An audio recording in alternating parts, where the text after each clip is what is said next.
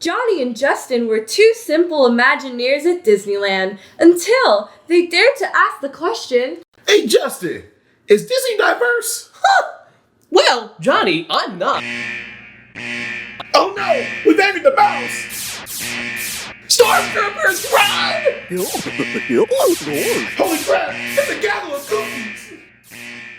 Now, from undisclosed locations within the Disney park, Johnny and Justin record a podcast where they seek to answer the question, is the Disney catalog diverse?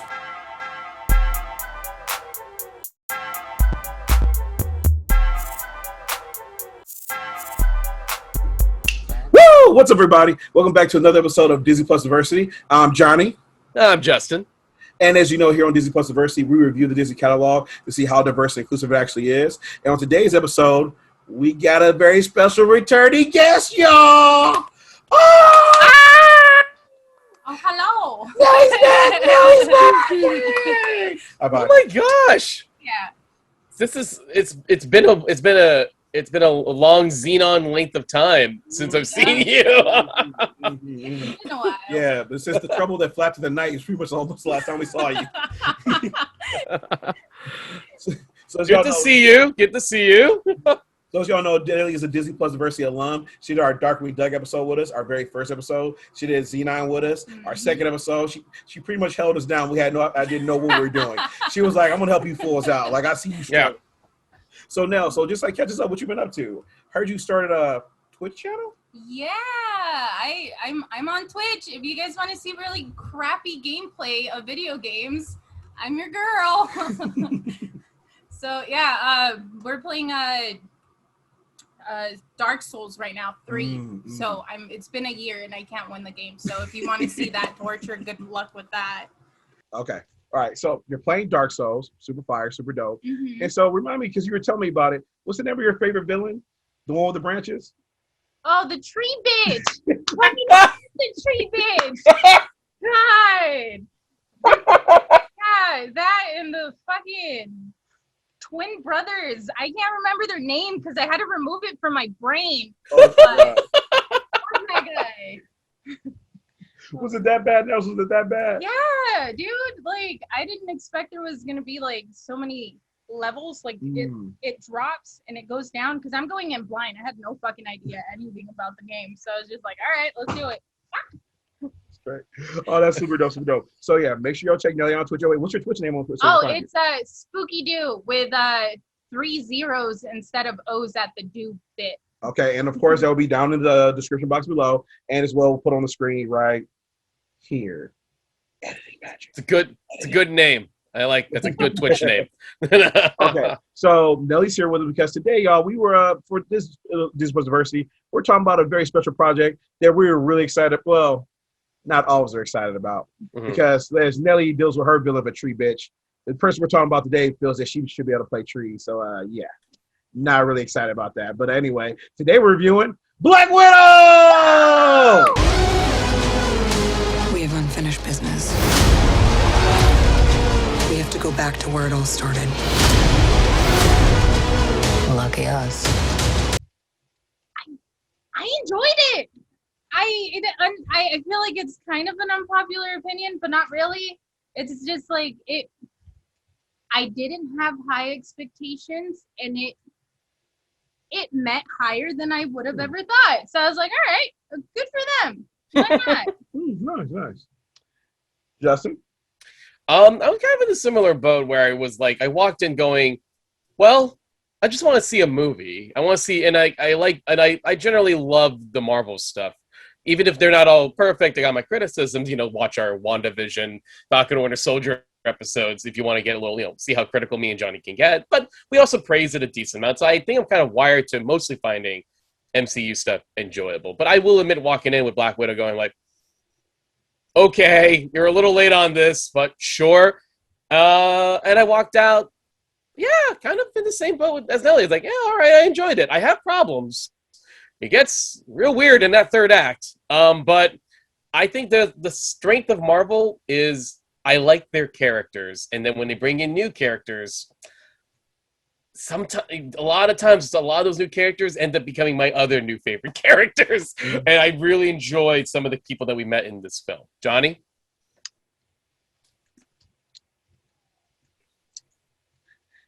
Trash. Absolute trash. Dumpster fire. I'm sorry. I did not enjoy it. I was really watching this like, what the hell? 10 years too late. And someone's just like mailing this shit in. And I'm going to go into all this. And there was a bunch of shit that was just like thrown together that didn't make any sense. And they ruined one of my favorite villains. But we got time. But yeah, I did not enjoy Black Widow. All right. Sorry. I'm on the spectrum today. I'm just going to keep it honest. So, no, I didn't like it. Really didn't like it. I'm always happy to put out films that garner a good response from a strong male audience. All right. All right. So Fair enough. So I guess I'm the popular opinion today. So I'll kind of jump into so one of the things I didn't really enjoy about it, I'll start off right off the bat. Scarlett Johansson's performance here was kind of wooden. And the thing about it was and I kind of felt like, and I understood where she was coming from. We talked about this movie being 10 years too late. And so the thing about it is, if they had just done this at a proper time, after maybe Winter Soldier or some of those lines, it's cool. I got 5 more movies to come. Maybe this will be a franchise for me. This will be a Black Widow 1, a 2, and a 3. But no, she's pretty much setting this up. And spoilers, this whole movie is setting up her sister to carry on what she's leaving off at. Yep. And so the thing about it is, if you come with Scarlett, it's so you got to be on this last movie that you should have did 10 years ago just to pass the job off to somebody fucking else. The fuck you want me here for? And so the thing about it is, I'm not that mad at her because here's the thing: can ScarJo act? She can fucking act. We saw Jojo Rabbit. Jojo, I know you miss me, but I'm out there trying to make a difference in the world. And while I'm gone, I need you to take care of my Rosie. Can you do that? Yes, Dad. Thanks. She's doing what she can. And Jojo Rabbit, she was like Kobe Bryant in his prime. She was like, oh, going for 40. Oh, look at this. Oh, look at this. Oscar nom. You best believe I'm getting an Oscar nom off this shit. But in this Black Widow, she was just like, blah, blah, blah. Blah, blah, blah, blah, blah. Duh. And that was fucking it. Her Russian, I didn't hear thinking, her Russian accent was so bad that when her sister started, I was like, oh shit, that's a Russian accent. The fuck have you been doing for the last 4 movies? So that was part of the reason why I didn't like it so much. But I love going on enough. Y'all talk about ScarJo now. I enjoyed the movie, and it helps me mourn her passing a little more. Okay. I feel as if 100% agree. It's definitely released at a really bad time. It should have definitely been right before Civil War. 100%, because it sets it up perfectly. 100%. And the little cameo that they do at the very end, they could have easily put it in any of the other goddamn movies. Yep. Yeah, sure. If it was to set up her sister, which definitely is, and also think that Clint should have been the person that showed up at the end, but that's my take on it. Totally valid take. That's a totally valid take, and I agree with that. Maybe it feels out of place, but it was enjoyable for what we got. To me personally, I think okay, let me take it back. They had really good fucking characters. That's why I agree with you, Justin. Alexi was fucking oh my. They think. Fucking God, that man just killed it on that. The sister's really interesting. The mom is cool. Ish. They kind of didn't use her much, but it was fine. It was fine. Maybe it's just nostalgia goggles because this is the first time I go out to go see a fucking movie. Fair. That's totally fair. I went to the drive-in, so I wasn't near anybody, but I had normal life for a moment. So I was just like, man, this is fucking great. Best movie ever. Yeah, I understand that. You got it because with the goggles on, I understand that because for me, my first movie back was Mortal Kombat. And I was like, man, this shit's amazing. They actually might win an Oscar. This is the greatest film ever made. 3 days later, oh shit, I was high. You're high. What was I saying? You were high in the I'm at the movies feel. That's what you were. I smelled the butter on the popcorn. It was like, you can show me anything, and I'll say it's good right now. I could have watched Birth of a Nation. It was like, I don't agree with it, but they made strong arguments. I don't agree with it, but no, at least they tried. So yeah, no. No, I feel for me, Black Widow is a movie where it's the most, as the moment, I feel like the movie is the most Teflon movie for me. At the moment, when I saw it in theaters, I had a good time. There were things I liked about it when I was at the theaters. And then, now it's a week later, and I'm like, some of it didn't really stick, but but I agree, but that's like when I'm totally with you.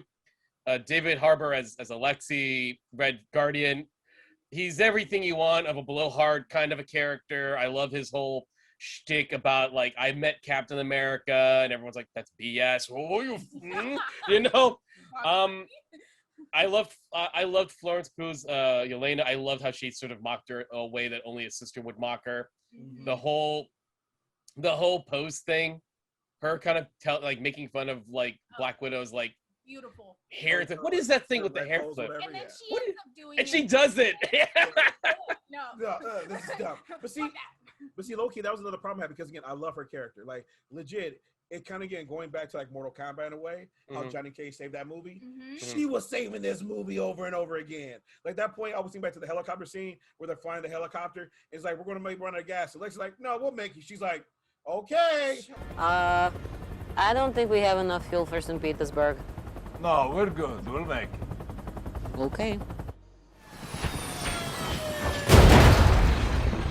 Cut. Bam, crash. I was like, comedic genius. Well, that whole scene in the helicopter where she's like ripping on Alexei for making that really like outdated like period joke, where she reestablished that what happens to you when you're a Black Widow, and the way she does it, it's like that. I love that kind of dark humor she has.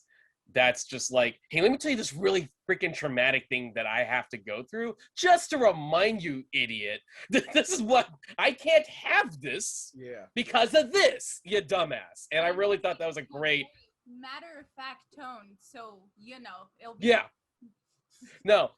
I'm with you too. I like Rachel Weisz overall as an actress, and hey, The Mummy forever and shit.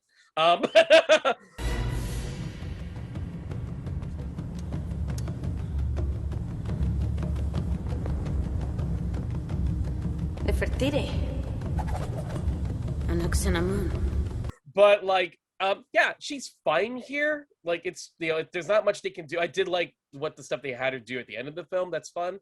But yeah, I'm with you on that. I was surprised how emotional I did get with the connection between Yelena and Natasha, and then seeing their backstory, seeing the fake lives that they had in America. I thought that was the most interesting thing for me about the whole thing. I thought that was Johnny, sorry, I liked it. I saw you shake it, and I'm like, no, that's my favorite parts. So I agree with you. I liked it too. Like going back to Elena, one of the best scenes for me in the movie is that scene where Lexi goes to comfort her, and she's all distraught or whatnot, and he starts singing American Pie to her. Right. So beautiful. And it just breaks my heart. Yeah. Oh shit! Look at this connection she's having right here. But then as I'm watching this, I'm like, okay, this is kind of bullshit because Elena's getting the arc and Natasha isn't. Now, here's the thing. As much as I don't like ScarJo for, like, actors can play trees or whatever, and that was the whole thing she was saying about, like, how it doesn't matter what race actors play or whatever, that's just her own ignorance coming out. That's her own privilege or ignorance coming out. Yep. And I hope she'll learn better about this because she's dating Colin Jost, who's friends with Michael Che, and I'm sure he's calling her out on a regular basis like, white woman, you wrong. So hopefully she'll realize that at some point. But here, though, she should have got those emotional moments, but I don't kind of feel like it was. In a way, I feel like this was really a lot of Elena's movie. Even though with children, like the two kids that were there, it was really the young Elena who we really focused in on, who's like, Mom, Dad, play my song. Where are we going? And like all these bits like that. Yeah, Natasha saves her, but again, it really felt more like Elena's movie than Natasha's movie. And for me, it's kind of disrespectful towards like ScarJo when she's put in this past like decade plus playing Black Widow. Yeah, that's fair. And I want to point something out. Like I like ScarJo enough in this movie. I don't think there's a couple of bits I like that they had her do that I'm like, oh, I like that scene or like that. But you're right. I think, general speaking, that like if this movie is about her, outside of her like real big confrontation with Ray Winston's baddie at the end, which there's some bits in that sequence I actually really liked. Yeah. You're right. It doesn't feel emotionally her film. You know, like there's a couple of bits. I love the scene where she is looking at the photos. You know, spoilers. Sorry, but she's looking at the photos of the past holidays that they spent, and finding out that they took all those in one day. But the little bit of detail of Natasha saying like, I knew they were empty. I knew those were fake, but you had no idea how much I wanted to open those gifts. I mean, see, that's a good idea for an emotional arc for her. But I'm with you, Johnny. It's something about it where it's like, it wasn't enough. I love that idea. It's a good idea, but it wasn't enough. But yet we established Yelena loving American Pie, right? Yep. We established that so that when Alexi sings it to her, you're right, we get that connection immediately. So there is a sort of a weird disconnect of like, we have to introduce Yelena because she's new. Exactly. But we want to give stuff to Natasha, but then technically speaking, I think their mistake was underestimating the idea. Well, we've seen her in a bunch of movies at this point. Where it's like, yeah, but we don't know her. No. And I think the mistake too is on two folds. You're right. One, we don't know her, but two, the mistake was you should have done this movie 10 years ago. I'm gonna say it for everybody that's been thinking it and wishing for it. It's about time that you get your own movie. It's about time. Yeah, I guess it's about time. Ta-da! I'll be there whenever she says that. No, that was number one problem. Exactly, because if you had done this movie 10 years ago, we would be in a much better position with it because, again, you could give her 3 movies and then pass the torch to her with Elena by the 3rd film or some of those lines. That's how you build up to that. But again, and that's the reason why when I look at ScarJo's performance, she recognizes bullshit in the situation as well. Let me pause real quickly. No, you said a butt earlier. Go ahead. Oh, I just trying to think of the other standpoint of view of it. Movie's called Black Widow. It's not Natasha, right? So it's the passing of the torch. So they're telling you, all right, she's done. Natasha's gone, dude. Homegirl's dead. So like, okay, sure. Yes, this is her, whatever. We know as much as we ended up knowing about her, but she's not coming back. But this is our new Black Widow. So like, essentially, maybe that's what they were trying to go for, which is that's like, fair. Here's the passing of the torch. Yeah, they were cute. They were cool, whatever. But in the end, like, it's Black Widow, which we're getting a new Black Widow. No, and I agree with you. I think you're right because I think he's even bigger than that, to be honest with you. Because remember, we see all those other Black Widows go away. I'm like, y'all starting a Black Widow organization now. This could legit spin over to a Black Widow TV show. Yeah. It's about widows because I'm not sure like how many of y'all are Buffy fans. Buffy. A good amount. Okay, so during the last season, there was that last season where it was like a bunch of girls became the Slayers. From now on, every girl in the world who might be a Slayer will be a Slayer. Every girl who could have the power will have the power. Can stand up, will stand up. And then when they get you onto the comics, the Slayers will go out to the world and go, they will send them all shit like that. It was a Slayer organization, whatever, which I'm like, I feel like this is what the widows are going to be now. Yeah. Like again, people in the world who probably want to do good, correct the wrongs and whatnot. So I wouldn't be surprised if like coming to Disney+, widows, or some shit like that. So I can totally see that happening. Yeah. Yeah. I 100% agree. Yeah. The other problem that I have with this movie, honestly, is also Taskmaster. Now, here's why. Here's the reason why. Let me explain why. Yeah. For one, the gender swap, fuck, don't give no fuck. Don't give a shit about that. All day. Twist them braces all day. Michael Clark Duncan is the kingpin was fucking pimp. And he stood there. One of the greatest lines from here is like, I'll handle the list. He's like, sir, but why? You would understand. You're not from Brooklyn. Oh, shit. Oh, shit. You tell Michael Clark Duncan. Again, him as kingpin fucking G. And so I don't mind the gender swap at all. The reason why I had a problem with it is that, again, this is me personally. So this is a movie, but this is me personally. Taskmaster is one of my favorite villains because currently in his last 10 years, that man is hilarious. So here's the thing. I'm not sure if y'all read, what was it, the Avengers thing that happened after Civil War? It was Avengers, that was the Initiative, Avengers Initiative. So they did a comic series called Avengers Initiative, and they've had captured Taskmaster, brought him in to be like the drill sergeant and trainer of like all these heroes that get trained before they can ready to actually go and be heroes in the world, right? It was an amazing book, really hilarious, had a bunch of emotional beats. It was really great. One of the coolest things of the series that makes me laugh to this day is there's this hero called Dragon Summoner. And the whole thing is he shows up with this big pod, this cauldron pretty much, and rears it around and summons dragons or whatever, right? You're like, this motherfucker, he just looks like he's terrible. And sure enough, he's terrible and he dies. So later on, they send Tradalon, this other hero, and Taskmaster go deliver the ashes to the sun in this urn, right? And so Tradalon's like, here's your dad. I just want you to know that he died a hero. And the son takes the urn and is like, I just want you to know that I too will take up the mantle of dragon summoning.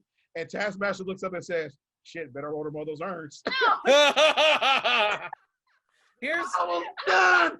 I was like, Taskmaster is the man. He was the homie. Here's the thing. Yeah. Go ahead. And then also in the comics, when he shows up, Taskmaster be wrecking fools because he can do everybody's moves. So when it comes to this film, I get why you could put that personality part there because again, you want me to do something more serious. I wish it was. But it's also, he has the most badass fight scenes in the comics because he's busting everybody's moves. Here in this movie, I didn't even feel like they used him right, to be honest with you. There was that fight scene where they get to go against Alexi, right? And he does this, true. Like he's about to do the Black Panther stuff, right? I went with my friend really tested me, he's like, and then they cut away, we don't even fucking see it. And I was like, what the hell? No, that's the thing that I'm like, he's a badass, you need to show that man being badass. I need a fight, like I need like pretty much what we got from Daredevil season 1, those long ass fight scenes of just people getting fucked up. I needed that here, and I didn't get that here because when it was left, I don't think people understand how much of a badass dumb character Taskmaster is. I want to add to that because I totally 100% agree with you, Johnny. Like, especially there's that line where Ray Winston's bad guy. He's so generic, I don't even know his name. That like that he said like, and then like she has all the skills with all your friends, and I'm like, look, that's a great concept. That's actually a great reason to make Taskmaster the villain of a Black Widow movie because she can recognize, oh shit, he's moving like Clint. Oh shit, he's moving like Steve. Oh shit, he's moving like T'Challa. Oh shit, like all of that makes sense. But you're right, they cut away or don't do a lot. Only the bridge scene is the closest we get to like seeing elements of Shield, Arrow. But there's not a single sequence in this movie. This movie needed a sequence that's like the time that Steve fights Bucky in Winter Soldier, real time. Exactly. Like that sequence is the whole sequence. The first time Steve fights Bucky, and this is Steve out of the suit, running in his like cool jacket I still want to own, and like and they're fighting in the street and with the shield, and it's this whole back and forth. This movie needed something like that, equivalent of that, to make us go, yeah. Because again, the reveal of Taskmaster at the end, I agree, doesn't matter about the gender to me. I have a problem with the laziness of the reveal. No, and I totally agree with you because, like me personally, again, coming from anime and whatnot, I get this whole vision of like, you got to think about Natasha. She again has no powers, but she's on the Avengers. So Taskmaster's like beating the shit out of her. She's down on the ground. She starts to get up, got blood on her mouth. She like wipes it off. He's like, "What are you gonna do? You don't have no super soldier serum. You don't have a hammer. You don't have an Iron Man suit." Yeah, she just looks at her, yeah, but I also don't give a fuck. And then she just starts going at him, some shit like that. It starts like, it shows why she's able to stand with this pantheon of gods in a way. That's what we're supposed to get here. And that's why you send Natasha off, because you're right. Natasha's dead. But again, all these Avengers movies, she's always playing a role. This is her time to show her why she's able to stand on this level, why she's such a badass. And I just feel they dropped the ball with that because granted, it's a female-driven film, which is dope. It passes the Bechdel test a million times over. We see different people of color, different widows of color and everything like that. But it's like, but what did you do for this character though? And again, I understand you're trying to keep the organization going, but it was like more like, this was more of a cash move as opposed to like storytelling to me. Oh, 100%. Yeah.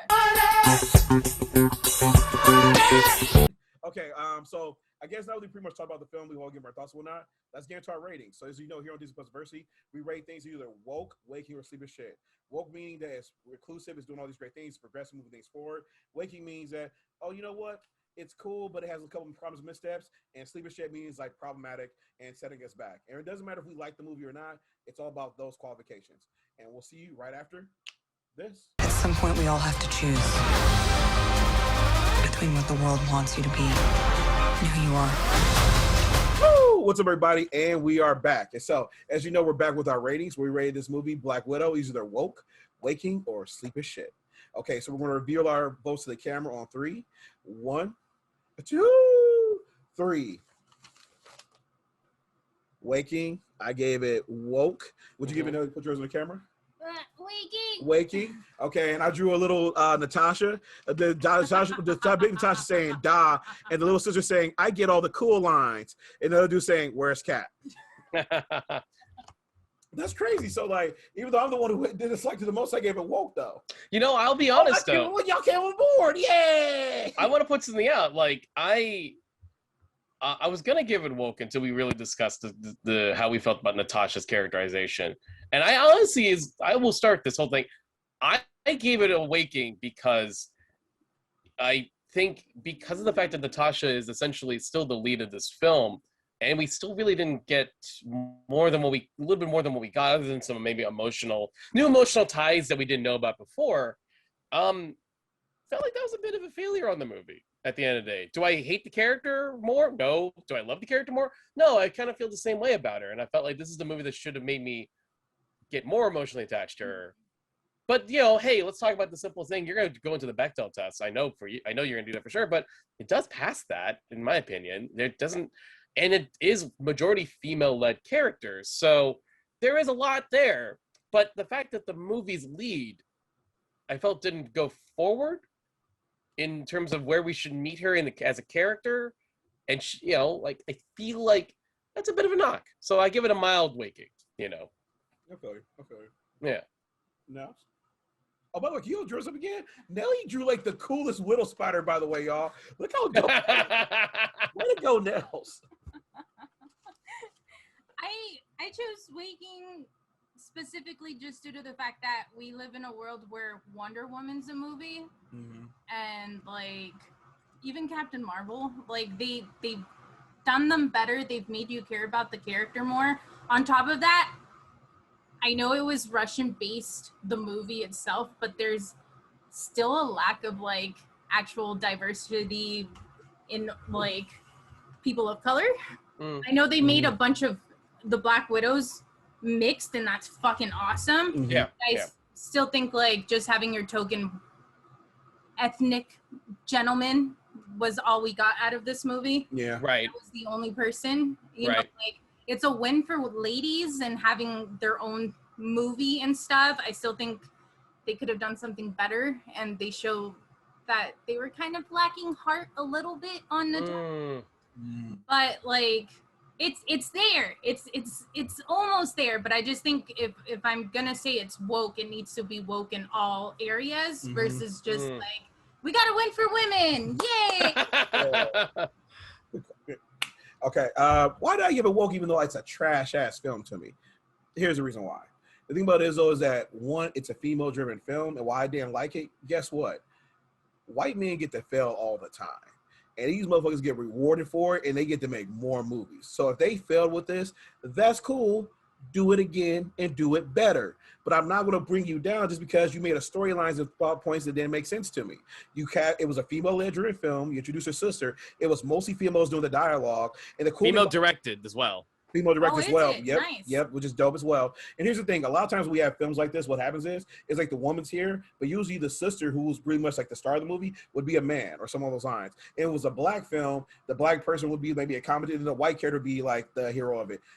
# Green Book, # Green Book sucks for that reason. But that's the thing about it though, is that no, they were setting up so her sister could take the franchise over, but that's still, you give the franchise to another woman. And so you're still passing this along though. So it's really heavily female driven. And I agree with you.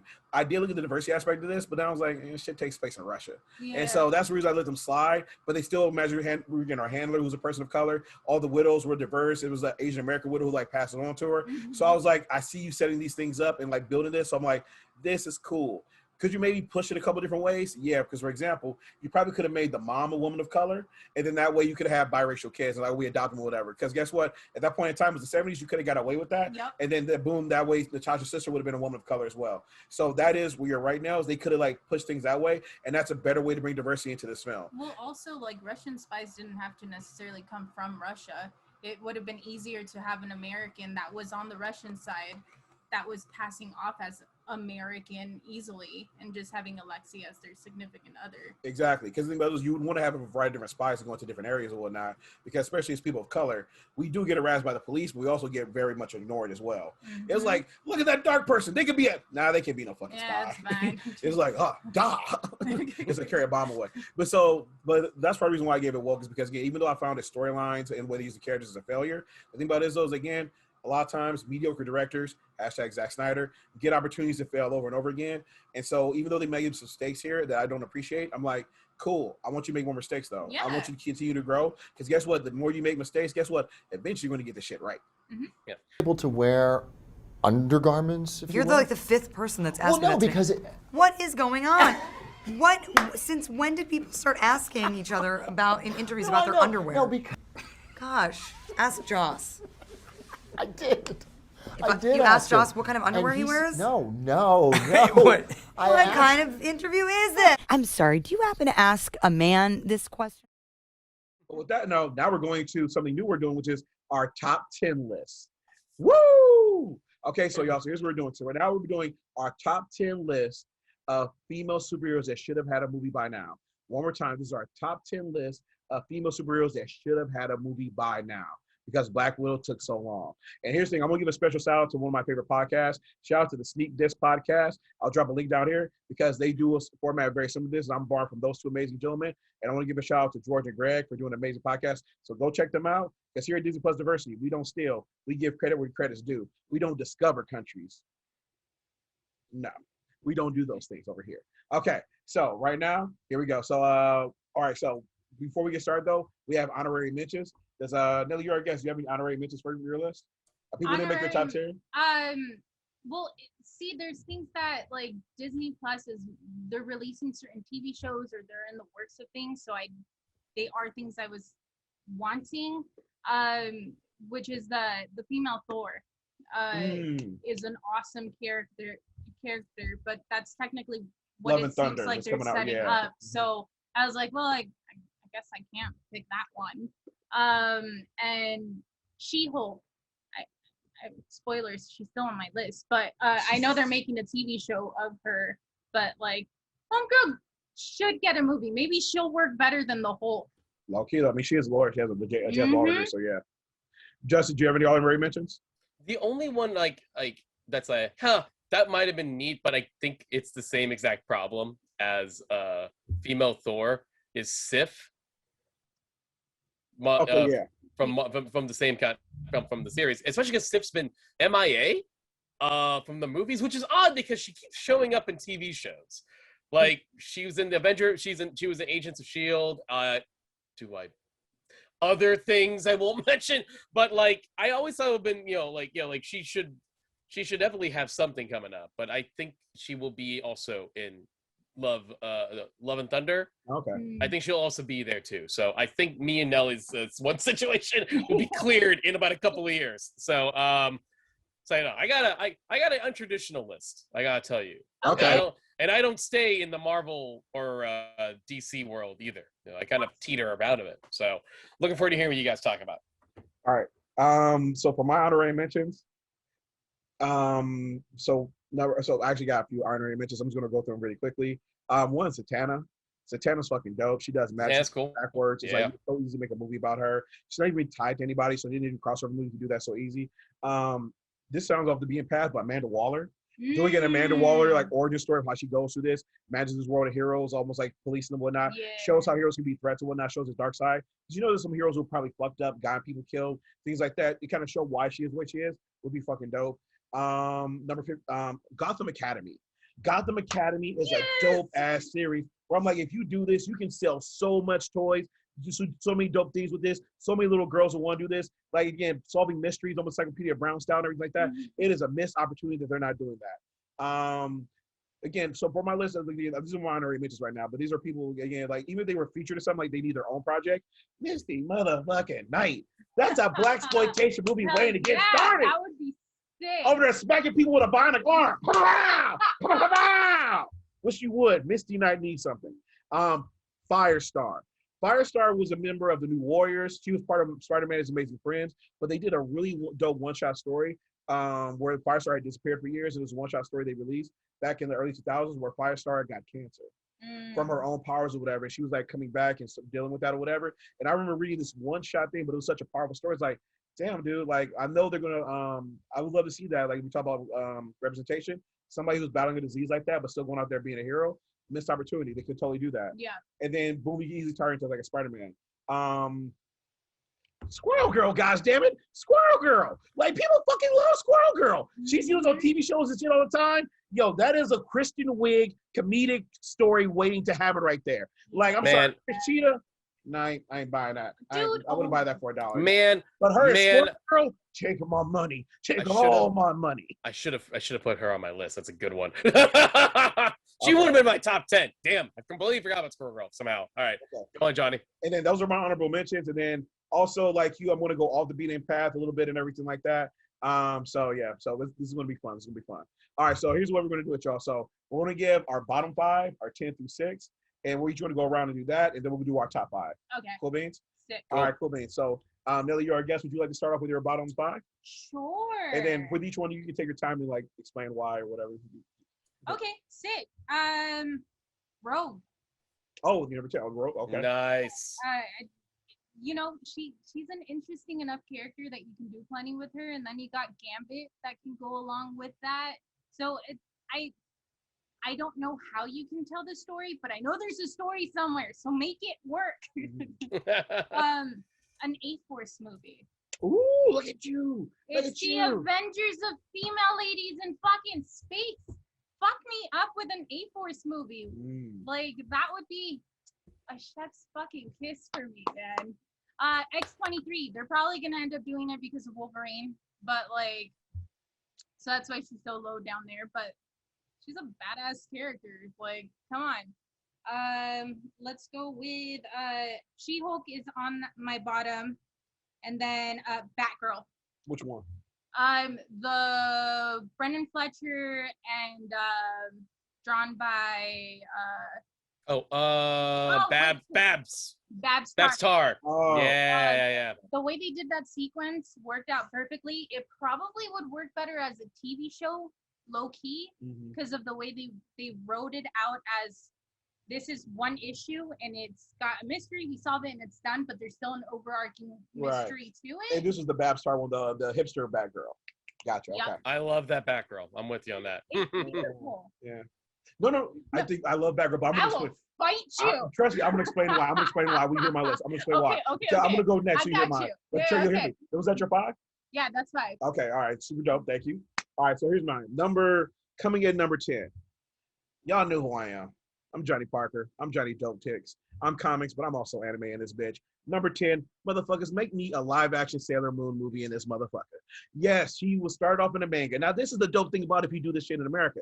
Guess what? Sailor Moon, Japanese. Cool. Sailor Mars, a black woman. Sailor Mercury, guess what? Oh, she's Latinx. And then, boom, you can do whatever you want with the other two. Because guess what? You got this rainbow of women going around kicking ass. Bubbles! All fucking day. I'm here for it. Because, again, Sailor Moon was low-key my first anime. Super dope. Same. Again, that theme song goes, fighting evil by moonlight. We love my daylight. Hit it. I don't remember the rest. Something. She is the one called Sailor Moon. Sailor Venus. Sailor Mercury. Sailor Mars. Sailor Jupiter. Who's your favorite Sailor Scout? Sailor Scout, probably Sailor Moon was my babe forever, but probably Sailor Mars. Oh yeah. Respect. Mars is my favorite. With Jupiter really coming in close. She's dope too. Sailor, yeah. I like Sailor Jupiter because lightning bolts are always badass, everything like that. Sailor Mercury, that's wifey though. That's wifey. That's wifey right there. Okay, so that was my number 10. All right, my number 9. Now, this is the reason why you brought up Batgirl. My number 9, Oracle. And Oracle. Because here's the reason why. The reason why I say is because when Babs got shot and she went to the wheelchair, again, this was this powerful character who was still on the fucking Justice League. Again, she was their tech expert. She was doing all these things, and she grew. And again, she grew as a character more than she was when she was in Batgirl. So I agree with you. The reason I didn't love it when they made her into the hipster Batgirl is because I was like, one, that was a more inclusive character right there because she's a woman and she's in a wheelchair, and that inspired like the handicapped community. And then also it was like they had another Batgirl at the time, and it's like, why could you do that same story with a woman of color, Cassandra Cain, having her go do all these things like that? And I feel like you did that because she was a white woman. That was the reason why. So I totally agree with you. Like, I think that storyline is dope. I love that creative team. Well, Cameron Stewart has some problems. We won't talk about that. But Didn't mention him. Exactly. But that's my only reason why. So yeah, but your list is your list. Dope though. I like your take on that. I agree. Batgirl's good stuff. So any Batgirl, I'll take. Exactly. Fuck it. Oracle kicking ass. All right, and then my number 8, We going to Milestone, motherfucker. Iota, member of the Shadow Cabinet.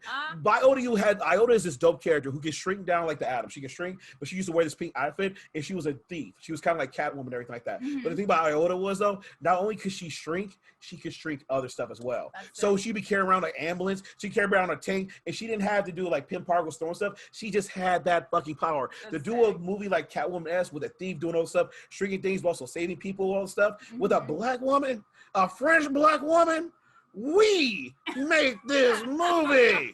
Okay, and then that's my number 9. That's my number 8. Iota's number 8, and number 7. We still in Milestone. Icon and Rocket. Now, this is the reason why. People don't know that Icon was their like Milestone's version of Superman, and Rocket was a sidekick. But what people don't realize is, though, Dennis Calvin, one of the founders of Milestone Comics and whatnot, came to speak one time. He explained how like people didn't realize that we were doing a female-driven book through Iota and through Icon and Rocket. It was all about Rocket, which is true. Because at one point, Rocket even gets pregnant. So you got this young black woman who's getting pregnant, but still out here going to be a hero, who's still like doing all these amazing things, going out to the universe and shit like that, saving all these things. Fucking dope and awesome. Nice. And then that's my number 7, and then my number 6. X-23. X go give it to you. X go give it to you. X-23 is amazing. The reason I say this is because again, she was in Wolverine's last movie over there. Yeah, but the thing about this is that she is dope on her own. Again, NYX is one of the best stories, one of the best miniseries I've ever done. And it firstly deals with like X-23 making cameos to that whole thing. She needs her own standalone film. She's a dope. She's a person of color. Please make that film. Yep. And don't fuck it up when you do it. Okay, that's my bottom 5. Justin? Okay, doke. Number 10 for me is Big Barda. Who I love Big Barda. I love the Jack Kirby Fourth World stuff, but like Big Barda is just one of like just favorite Kirby designs.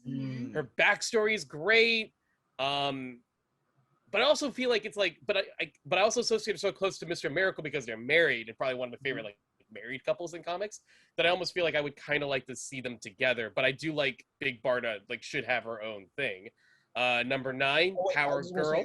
I just want to say I totally agree with you. Number 10, that's a dope call because Big Barda is dope. It's also it shows like a softness as well because why she was able to leave the female Furies and everything like that. It's because she fell in love with Mr. Miracle. And that's such a movie right there, right? Like that's such a movie right there. Yeah, like it's a love movie that I would love to see because it kind of shows because a lot of times I feel like a lot of times when everything's so like a strong, muscular woman like nowadays whatnot, they tend to always assume that she has to be a member of the LGBT community.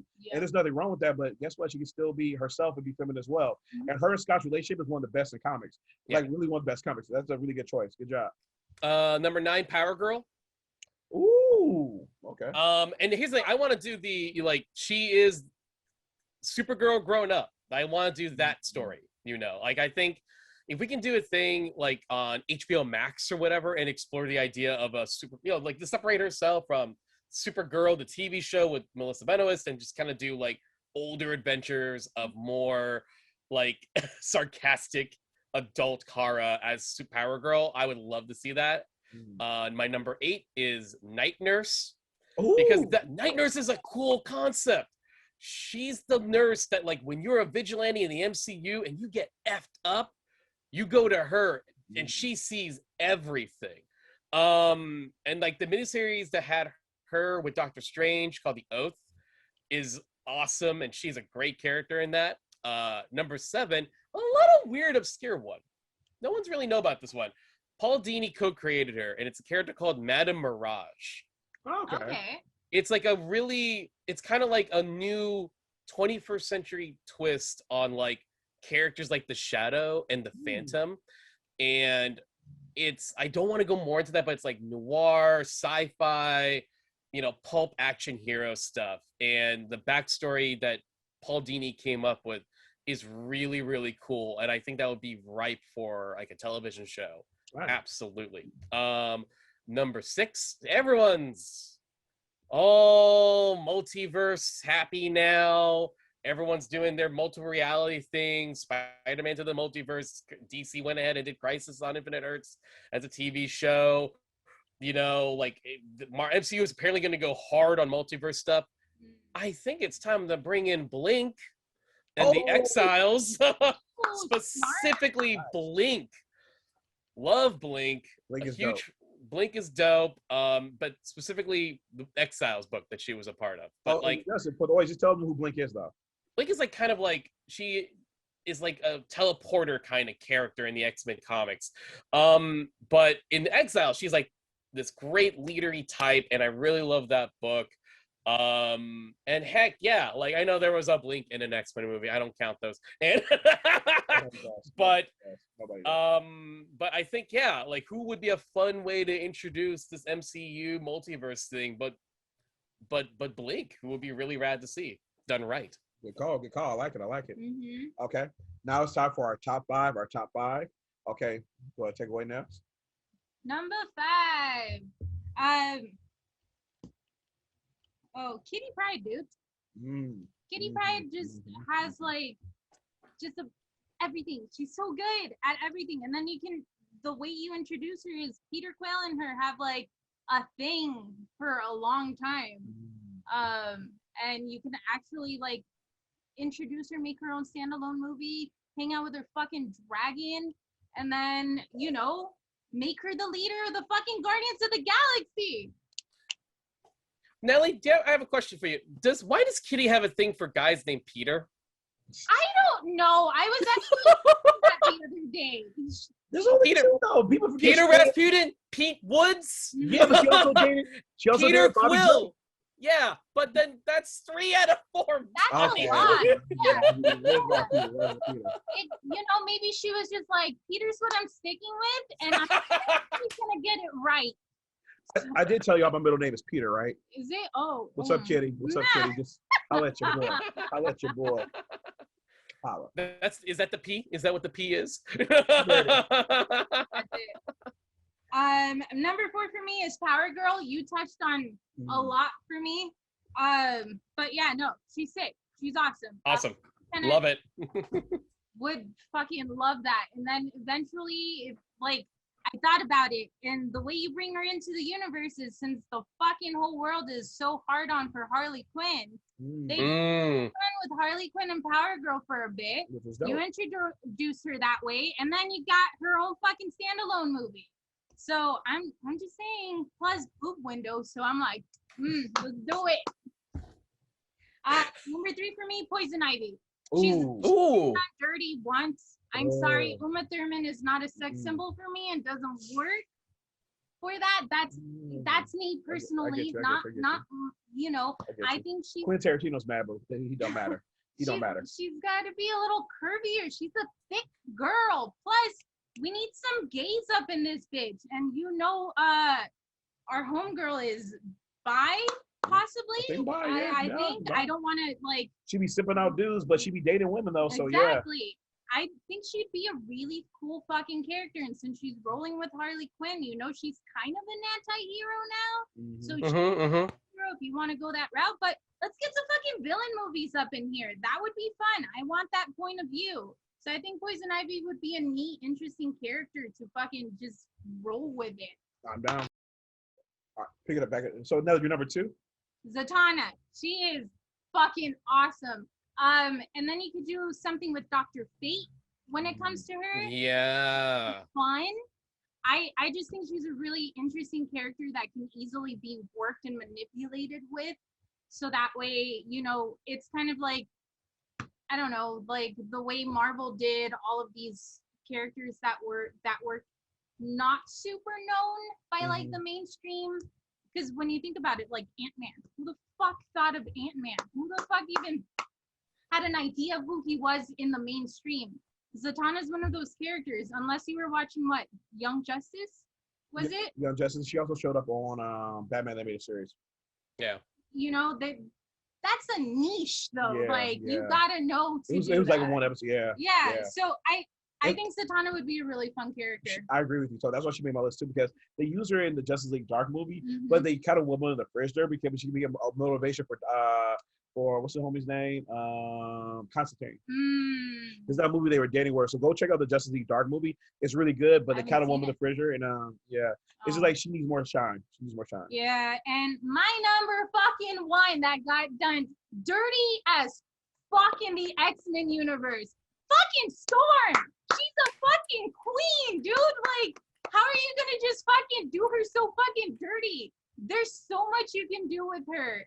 From like being with T'Challa and doing her thing there, or her being on her own, being queen boss ass bitch. Didn't she fucking run the X-Men for a good chunk? I'm just saying, I think Storm she's bountiful of like fucking awesomeness. I think the last girl that played Storm was decent. I think she was fine. Yeah. But like you said, they barely use her though. I just think you need to get like a strong ass fucking lady and just be like, ooh, give me some beautiful black woman just being a boss ass bitch. Hashtag Angela Bassett should have played Storm. Angela Bassett should have played Storm. This is when I saw Black Panther. I haven't seen that for decades with you, Johnny. Saw Black Panther. I saw her with the white hair. It's like, that's what I'm talking about. You know? Fucking knew it. I knew she looked good in that shit. All right. Hell yeah. She's a bad anything. Dope as hell. Hell yeah. Boom. Great list. Okay, my number 5. Motherfucking Rogue. Yep. Here's the thing. Going back to the 90s X-Men cartoon, Rogue is a fucking boss. Can fly, absorb people's powers. But the thing about it is, she also has this like emotional turmoil. And the thing about it is that people are like, oh, but you got to bring in Captain Marvel to do her origin story. No, you don't. You start Rogue as a villain, running around with a group of thieves or whatever, committing bad things. Well, all of a sudden, she finds this hero, absorbs their powers, and holds them too tight, puts them into a coma. But guess what? When she absorbs them, she also absorbs their morals. So now she's changing. Now she's looking at her world in a different way. You know the emotional movie you can do with that? And then we get the real Rogue, not just the Rogue going like, tell the action. Nah, boo. I touch you. I steal your power. No, I can't touch you. But no, she's like, fine, punching through walls, beating up Juggernaut, doing all kinds of badass shit. Like, I need a Rogue movie, and I need it done right. Okay, my number. You fixed what I was asking. I don't know how you're gonna do it, but you got it. You got the movie, so you. Thank you. Boom.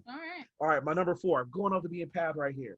Going to be a path. You might not pick up on this. We're going to go into like some Wildstorm universe right here. Ooh. Give me a motherfucking Jenny Sparks movie from the Authority. So here's the thing. Part of the whole aspect of the Authority is that Jenny Sparks is part of these like Earth Guardians who are born every century. So every century these beings are born or whatnot. One of them's featured in Planetary. And being about this, Jenny Sparks was born to protect the 19th century. So she only lives for 100 years. And then she kind of dies and goes away. But she has the electrical powers. But while she was alive, though, she did all this dope stuff. Saved the planet. Met aliens. Did all this stuff. Shut down, again, the sensitivity just went out there, shut down a fucking rape camp.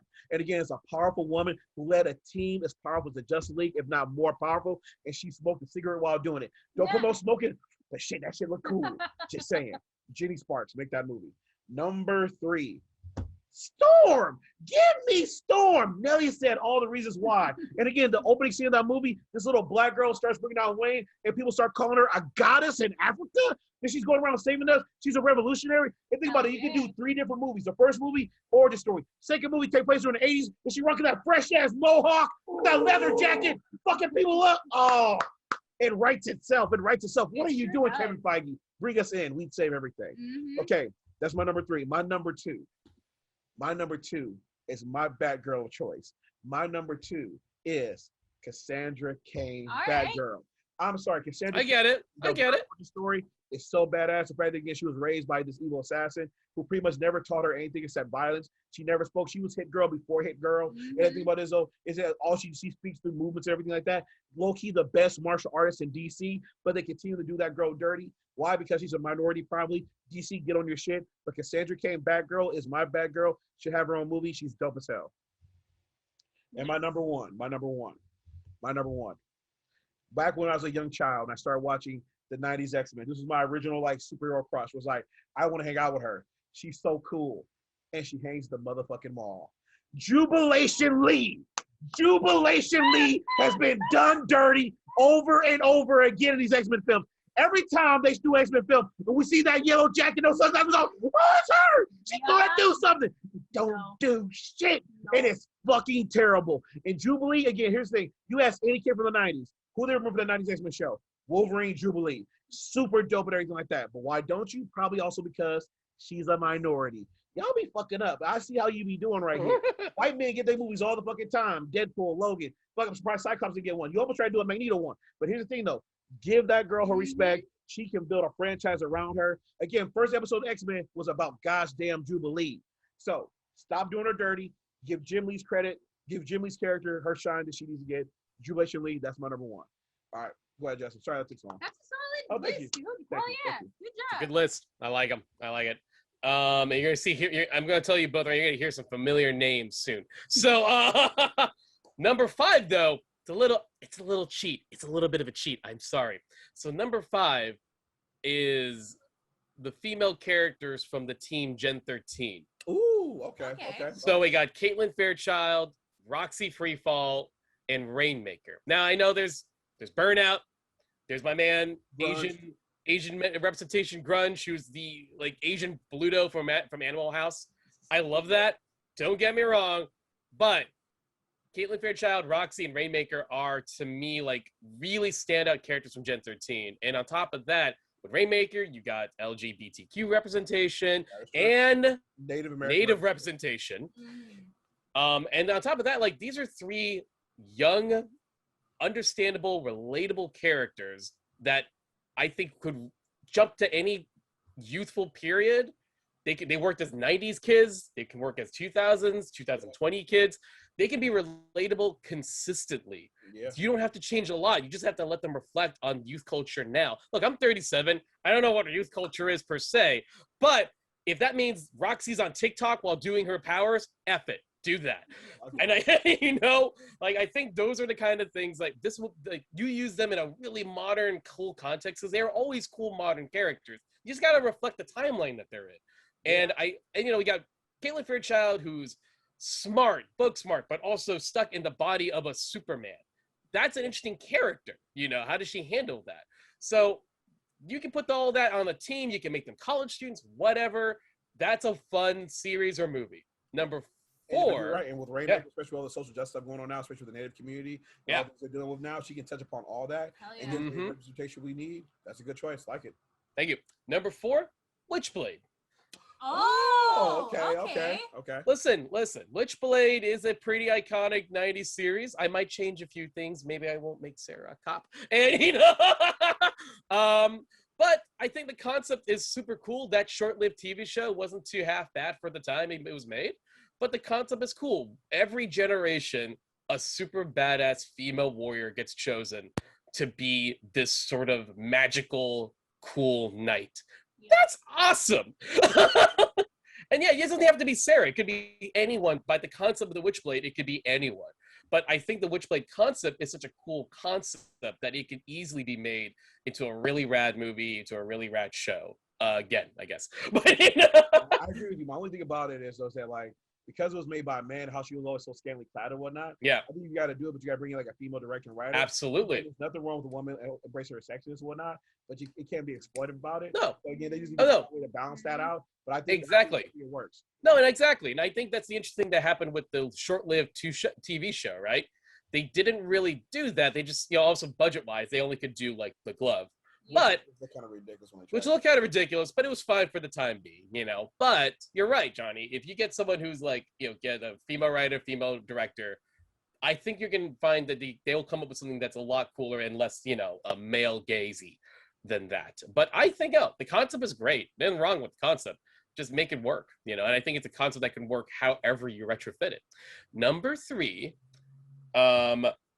listen, one of you put this character in your lower, and I'm like, all right, that's fine. But I think Sailor Moon should have happened yesterday. Should have happened yesterday. That 90s nostalgia, it's starting to fade.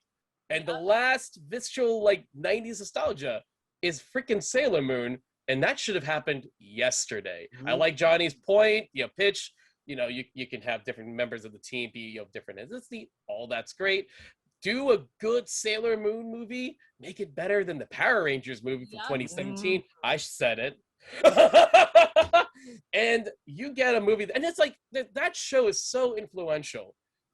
So influential. Whether it be whatever gender you identify with. I just know people who grew up loving that show. If they announce a rad, on point Sailor Moon movie, everyone will be like getting their freaking tiaras up and go, let's freaking Moon Pride this shit.